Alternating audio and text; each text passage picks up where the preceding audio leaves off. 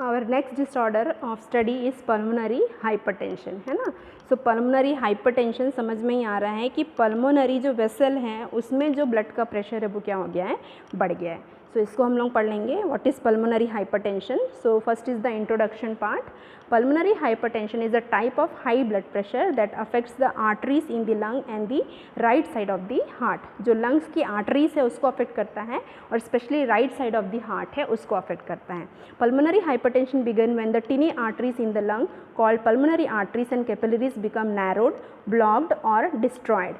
This makes it harder for blood to flow through lung and raised blood pressure within your lung arteries. Exactly हो क्या रहा है यहाँ पे, जो pulmonary hypertension है मतलब pulmonary arteries का जो pressure है वो exactly lungs की smaller arteries में capillaries में क्या हो रहा है, बढ़ रहा है. और जब ब्लड का प्रेशर वहाँ पर बढ़ेगा तो आपको पता है कि वैसो कॉन्स्ट्रिक्शन होता है जिसके कारण से जो कैपिलरीज है और आर्टरीज है वो क्या हो जा रही है, आपकी नैरो हो जा रही हैं, ब्लॉक हो जाएंगी नैरो होने के कारण से, और मे भी क्या हो सकती है वो हाइपरटेंशन के कारण से डिस्ट्रॉय भी हो सकती है. This makes it harder for blood to flow through the lungs. और जिसके कारण से आपके पल्मोनरी आर्टरीज अगर कॉन्स्ट्रिक्ट हो गए हैं हाई ब्लड प्रेशर के कारण से, तो क्या होगा, वहाँ से ब्लड प्रॉपरली क्या नहीं हो पाएगा, फ्लो नहीं हो पाएगा, और जिसके कारण से जो हार्ट में प्रेशर जो है वो क्या हो जाएगा, इंक्रीज़ हो जाएगा.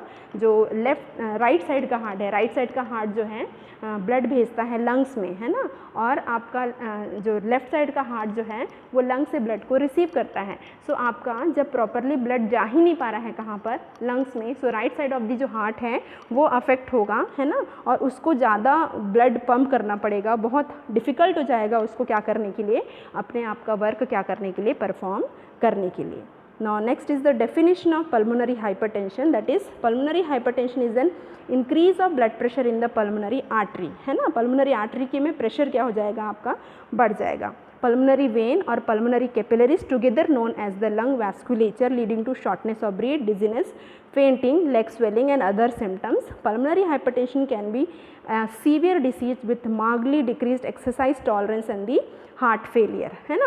सो आपका पल्मोनरी हाइपरटेंशन सिंपल सा डेफिनेशन है, ब्लड का जो प्रेशर है पल्मोनरी वैस्कुलेचर में इंक्रीज़ हो जाएगा, चाहे वो आर्टरी हो, चाहे वो वेन हो, चाहे वो कैपिलरीज हो, है ना, जिसके कारण से पर्सन को शॉर्टनेस ऑफ ब्रीदिंग डिफ़िकल्टी होगी, डिजीनेस होगा, फेंटिंग होगी, और आपका लेग में स्वेलिंग डेवलप होगा, जो मैं बताऊंगी आगे आपको. लेग में स्वेलिंग क्यों डेवलप हो रहा है, क्योंकि आपका लंग ब्लड को क्या नहीं कर रहा है, रिसीव नहीं कर रहा है. सो आपका right side of the heart में कंजेशन, सो आपके वेना केवा में भी कंजेशन, तो वीनस सिस्टम में क्या होगा, कंजेशन, तो लोअर लिम्ब का जो ब्लड है वो प्रॉपरली वेना केवा के थ्रू हार्ट में क्या नहीं कर पाएगा, ड्रेन नहीं कर पाएगा. Now pulmonary hypertension is a haemodynamic and pathophysiological condition defined as an increase in mean pulmonary arterial pressure that is 25 mm of Hg more than और इक्वल टू, है ना, मोर देन या equal.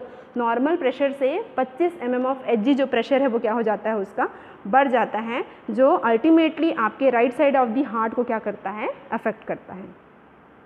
Now next is the aetiology.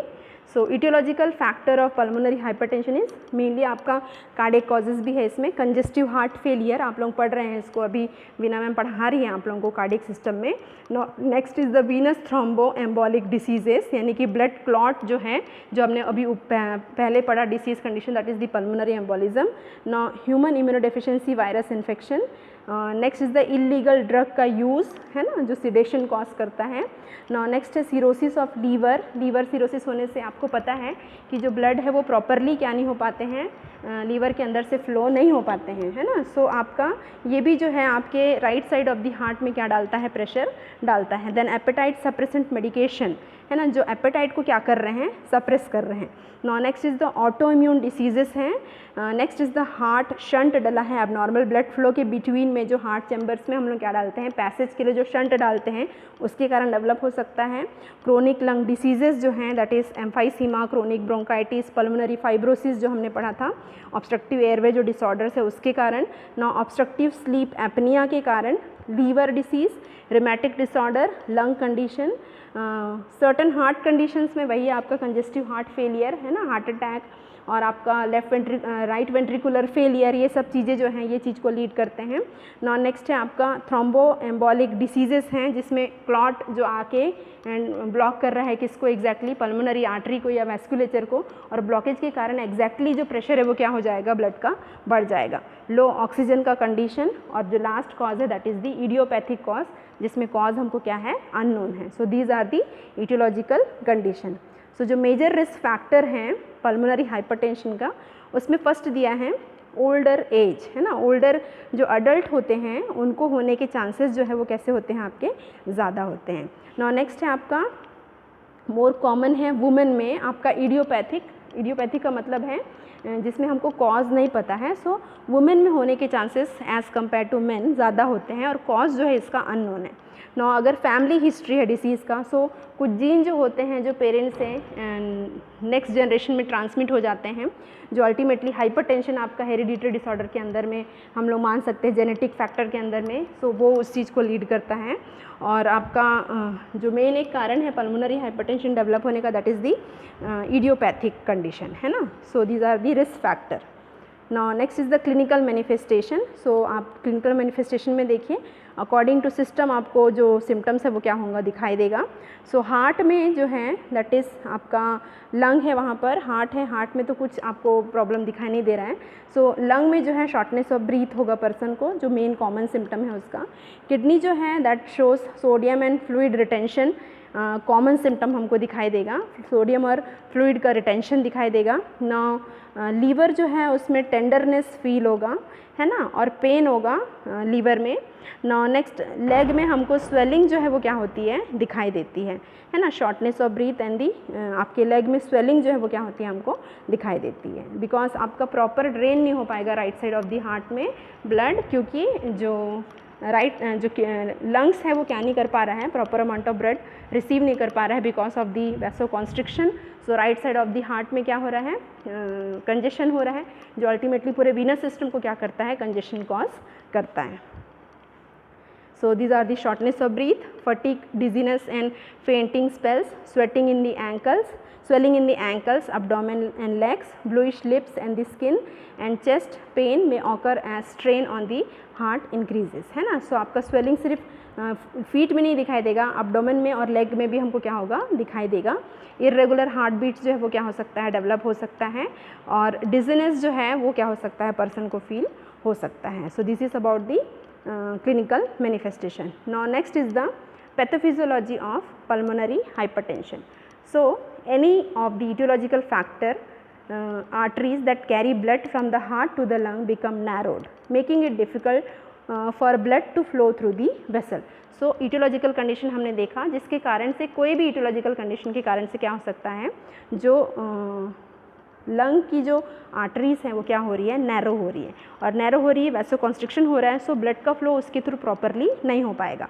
As a result the blood pressure in these arteries called pulmonary arteries rises for above normal level, जिसके कारण से आपका pulmonary artery का जो प्रेशर है नॉर्मल से क्या हो जाएगा, बढ़ जाएगा। मैंने बताया था 25 mm ऑफ Hg से ज़्यादा या उसके बराबर क्या हो सकता है, ज़्यादा प्रेशर बढ़ जाएगा। This abnormally high pressure strains the right ventricle of the heart causing it to expand in size, जिसके कारण से प्रेशर जो है right side of the heart के वेंट्रिकल में ज़्यादा पड़ेगा, और वो ज़्यादा ब्लड को अपने में रखने के कारण क्या हो जाएगा, एक्सपैंड हो जाएगा। Overworked and enlarged, the right ventricle gradually become weaker and loses its ability to pump enough blood to the lung. ठीक है, लंग तो रिसीव कर ही नहीं रहा है एग्जैक्टली, और हार्ट जो है उसको ले करके ब्लड को एनलार्ज हो गया है, और एग्जैक्टली धीरे धीरे उसका पंपिंग एबिलिटी जो है वो क्या हो जाएगा, लॉस हो जाएगा। This could lead to the development of right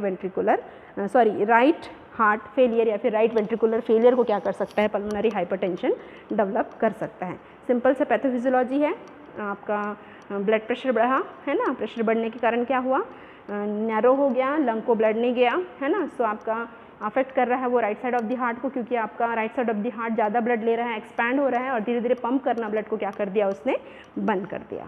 now next is the assessment and the diagnostic finding. So assessment and diagnostic finding pulmonary hypertension के लिए, that is the complete medical history लेना है आपको।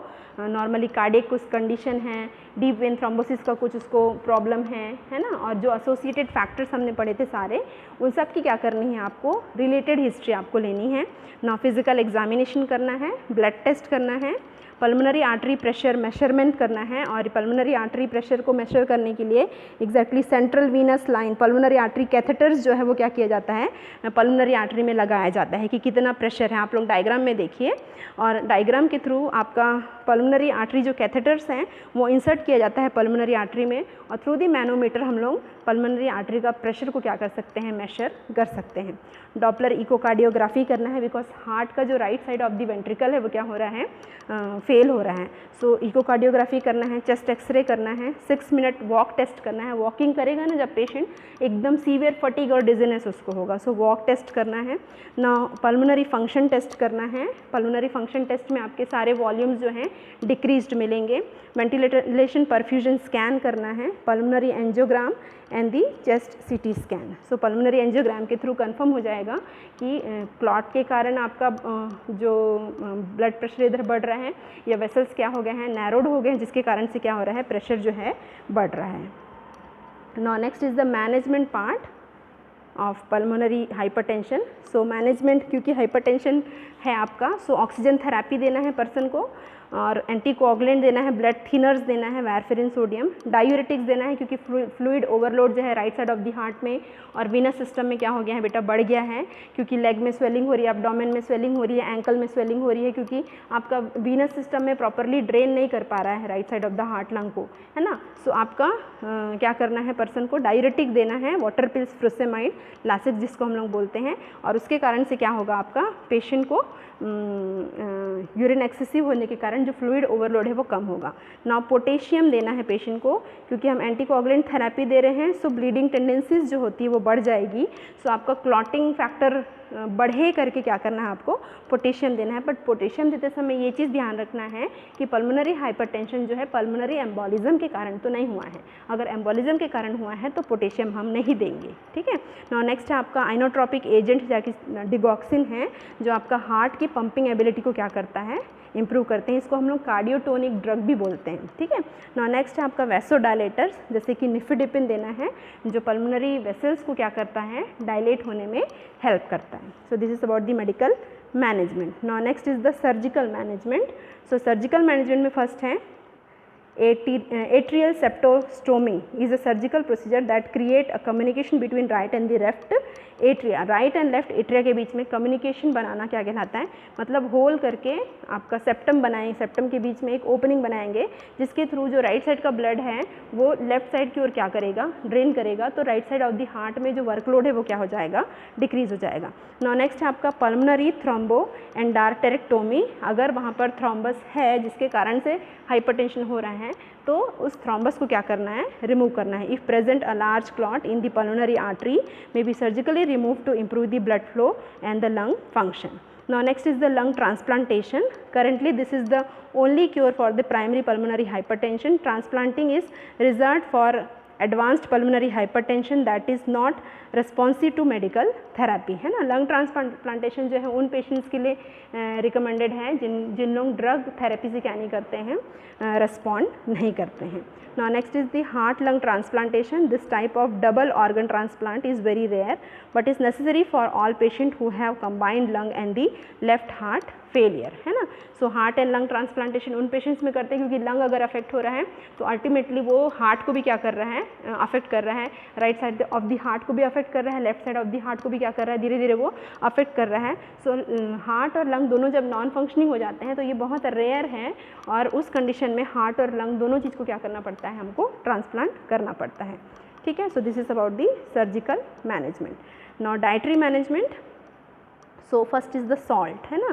Salt का जो intake है उसको कैसे करना है, कंट्रोल करना है, कम करना है। नाउ फ्लूइड जो है, monitoring the fluid intake, measure the amount of fluid you are drinking every day, try keeping a food journal. ठीक है, सो आपका फ्लूइड इनटेक थोड़ा सा रेस्ट्रिक्टेड होना है क्योंकि वॉल्यूम बॉडी का क्या हुआ है, बढ़ा हुआ है, फ्लो नहीं हो पा रहा है right side of the heart से, क्योंकि पल्मोनरी वेसल्स उसको क्या नहीं कर रहे हैं, रिसीव नहीं कर रहे हैं। सो फ्लूइड इनटेक थोड़ा सा रेस्ट्रिक्टेड करना है और इनटेक और आउटपुट को आपको डेली रिकॉर्डिंग करना है। नाउ रेस्ट है आपका vitamins, rethinking dietary supplements, that is the vitamins, minerals and the herbal supplements are used by the many people as a complement to their diet. So they are the supplementary vitamins और minerals हमको क्या करना है, patient को provide करना है। So this is about the dietary management. Now next is the nursing management. So this is about the nursing management part. So the diagnosis is impaired gas exchange related to change in the alveolar membrane structure and increased pulmonary vascular resistance. So intervention जो हमको करना है that is the airway insertion and stabilization, airway management है, respiratory monitoring है, oxygen therapy है, mechanical ventilation and anxiety reduction. So this is the intervention part. Now last is the prognosis of pulmonary hypertension. So आपका survival rate जो है that is 41% है अगर आपने properly क्या कर लिया है, पर्सन को ट्रीट कर लिया है। Sorry, that is untreated persons के लिए, अनट्रीटेड पल्मोनरी हाइपरटेंशन पेशेंट के लिए सर्वाइवल रेट जो है 41% है ना। एंड लॉन्ग टर्म कंटिन्यूस जब इंट्रावीनस आपका मेडिकल थेरेपी जब चलती है पर्सन को, सो आपका 63% चांसेस जो है वो सर्वाइवल के वो क्या हो जाते हैं, आपके बढ़ जाते हैं, है ना। Then advent of pulmonary vasodilators has improved the outlook of children. Then patient who do not respond to medical therapy tend to develop progressive right side heart failure if transplantation can not be carried out. So ultimately जो है pulmonary hypertension जो है medical therapy से अगर properly क्या नहीं हुआ बेटा, ट्रीट नहीं हुआ, तो हमको क्या करना पड़ेगा, उसके लिए आपको पर्सन को ट्रांसप्लांटेशन करना पड़ेगा। और जाहिर सी बात है कि एकदम सुविधा नहीं हो पाती कि हाँ हार्ट ट्रांसप्लांटेशन करें या लंग ट्रांसप्लांटेशन करें। सो पर्सन का जो सर्वाइवल रेट है वो क्या हो जाता है, आपका बहुत कम हो जाता है। सबसे अच्छा जो आउटकम है आपको तभी दिखता है जब पर्सन जो है मेडिकल थेरेपी से क्या करता है, रिस्पॉन्स करता है। So this is about the all about the pulmonary hypertension. Now next is the complication, है ना। कॉम्प्लिकेशन जो है हमने पहले ही बताया, right sided heart failure develop हो सकता है, that is called the cor pulmonary. ये अनदर डिसऑर्डर है जो मैं आप लोगों को पढ़ाऊंगी। नाउ नेक्स्ट है ब्लड क्लॉट्स जो है वो क्या हो सकता है, अराइज हो सकता है। अरिदमियास, अब नॉर्मल इरेगुलर हार्ट रिदम्स जो है वो डेवलप हो सकती हैं। और ब्लीडिंग जो है वो क्या हो सकता है, डेवलप हो सकता है। क्यों? क्योंकि पर्सन को आप एंटीकोगुलेंट थेरेपी पे रखे हैं, है ना। आपका ब्लीडिंग डिसऑर्डर जो है आपका एग्जैक्टली हेमोप्टिसिस जो है वो क्या हो सकता है, पर्सन को कफ जो है स्पुटम में कफ में क्या आ सकता है, पर्सन को ब्लड आ सकता है। So this is about the complication part. So this is all about the pulmonary hypertension. Thank you.